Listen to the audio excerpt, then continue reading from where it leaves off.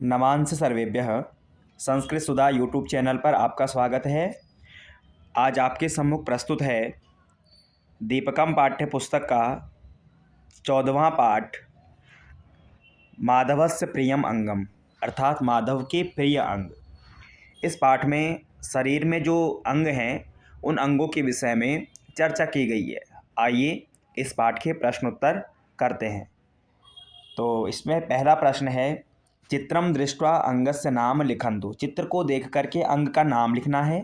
जैसे पहला है नेत्रम, दूसरा है उदरम, है ना, पेट है। और अगर यही दूसरी तरफ से हम देखा जाए तो कटी ही, इसको कमर भी कह सकते हैं। ठीक है, अगर इसको पीछे की तरफ से चित्र को रखा जाए तो उधर से कटी ही कमर हो जाएगी और सामने से उदरम पेट। तीसरा है पादः अर्थात पाँव, चौथा हस्तः हाथ और पांचवा है मुखम। तो इस प्रकार से पहला प्रश्न है। दूसरे में देखते हैं, कोष्टकात् समुचितम क्रियापदम चित्वा उदाहरणानुसारम अंगस्य कार्यम लिखन्तु। कोष्टक से आपने सही क्रियापद उठा करके क्या करना है, अंग के कार्य लिखने हैं। जैसे नयनम, नयन का आँख, आँख क्या करती है, पश्यति देखती है। ऐसे ही मुखम वदति, मुख क्या करता है, बोलता है। पादः चलति, पैर क्या करता है, चलता है। कर्णः शृणोति, सुनता है। नासिका आघ्राणम करोति, सूंघती है। जिह्वा आस्वादनम करोति, आस्वादन करती है ना, स्वाद को चखती है। प्रश्न संख्या 3, कोष्टकात् समुचितां संख्यां चित्वा रिक्त स्थानं पूरयन्तु। उचित संख्या को चुन करके रिक्त स्थान भरना है। जैसे मम एकः सिरः अस्ति, मेरा एक सिर है। मम द्वौ पादोस्तः, मेरे दो पाँव हैं।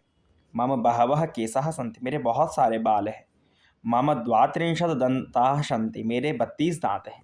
मम हस्तयोः 10 अंगुल्यः सन्ति, मेरे हाथ में 10 उंगलियां हैं। ठीक है, इसी प्रकार से प्रश्न संख्या 4 पे चलते हैं। कोष्टकात् समुचितं क्रियापदं चित्वा उदाहरणानुसारं शरीरांगस्य नाम लिखन्तु। पश्यति नयनम, अर्थात शरीर में यहाँ पे क्रियाएं दी हुई हैं, तो शरीर का कौन सा अंग वह कार्य करता है। जैसे पश्यति, देखने का काम कौन करता है, नयन आँख। ऐसे शृणोति, सुनने का कर्णः। धावति, दौड़ने का पादद्वयम, दोनों पैर। नमति, सिरः, है ना, सिर से। शोचयति, अंगुली से वो निर्देश करता है, दिखाता है। लिखति, हस्तः, हाथ से क्या करता है, लिखता है। प्रश्न संख्या 5, पट्टिकातः शब्दान् चित्वा यथा योग्यम गणेषु लिखन्तु। यहाँ पर 3 गण हैं, ये तीनों समूह हैं। एक में मुख वाला भाग है, एक में पूरे हाथ वाला भाग है, एक में पैर वाला भाग है।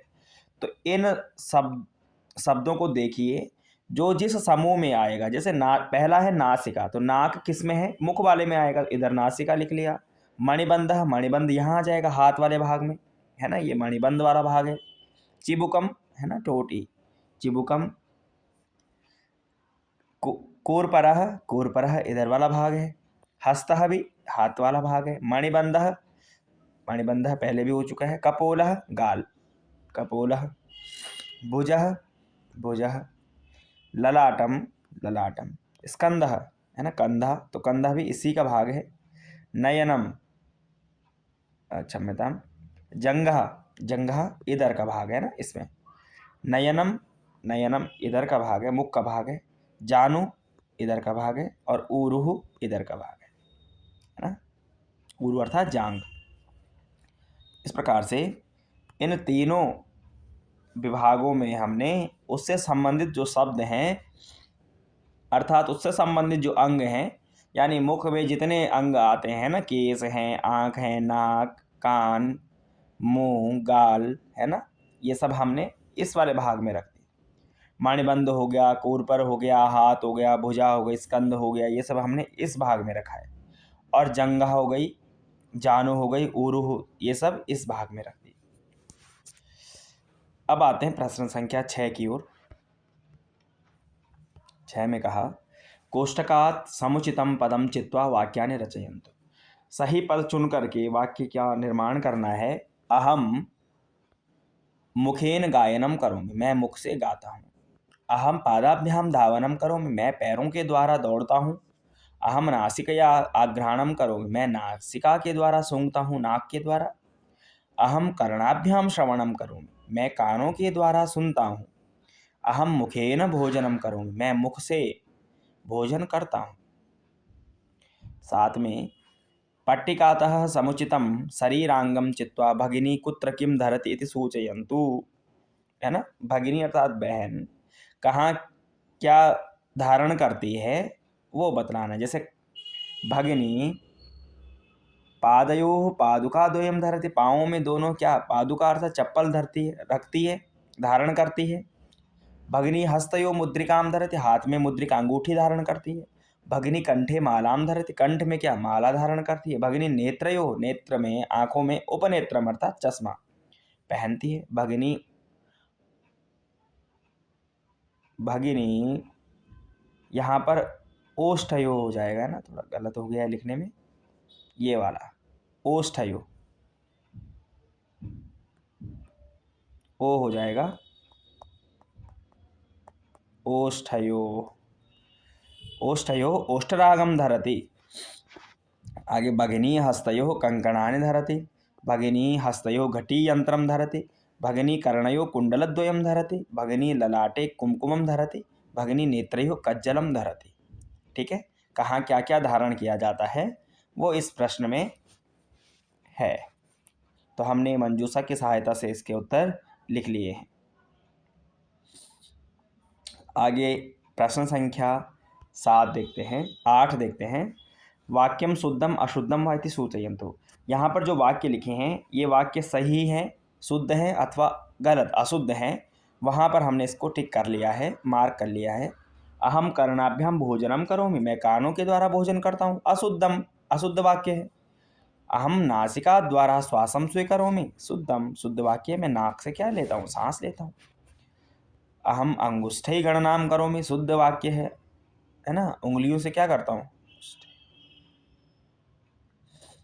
या अंगूठा, इसमें या तो उंगली से ग्रहण कर लेंगे अर्थात, या अंगूठा भी ले सकते हैं ना।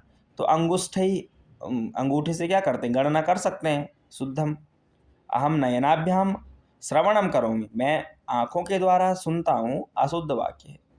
अहम हस्तेन कार्यम करोमि, शुद्धम वाक्य, मैं हाथ के द्वारा क्या करता हूँ, कार्य करता हूँ।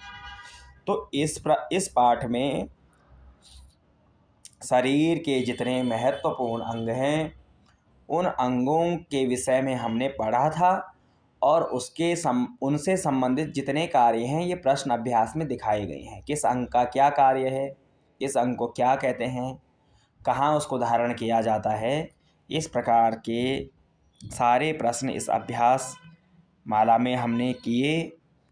ठीक है, तो आप इस अभ्यास से शरीर के महत्वपूर्ण जितने अंग हैं उनके संस्कृत पदों को सीख सकते हैं कि संस्कृत में इस शब्द के लिए, इस अंग के लिए क्या शब्द प्रयोग किया गया है। इसी की अंतिम पृष्ठ पर यदि आप देखेंगे इसी पाठ में, तो वहाँ पर आपको अंगों के नाम वाला एक चित्र दिखाई देगा। चित्र से वहाँ पर पूरा समझाया गया है कि कौन से अंग को क्या कहा जाता है, वहाँ पर विस्तार से है।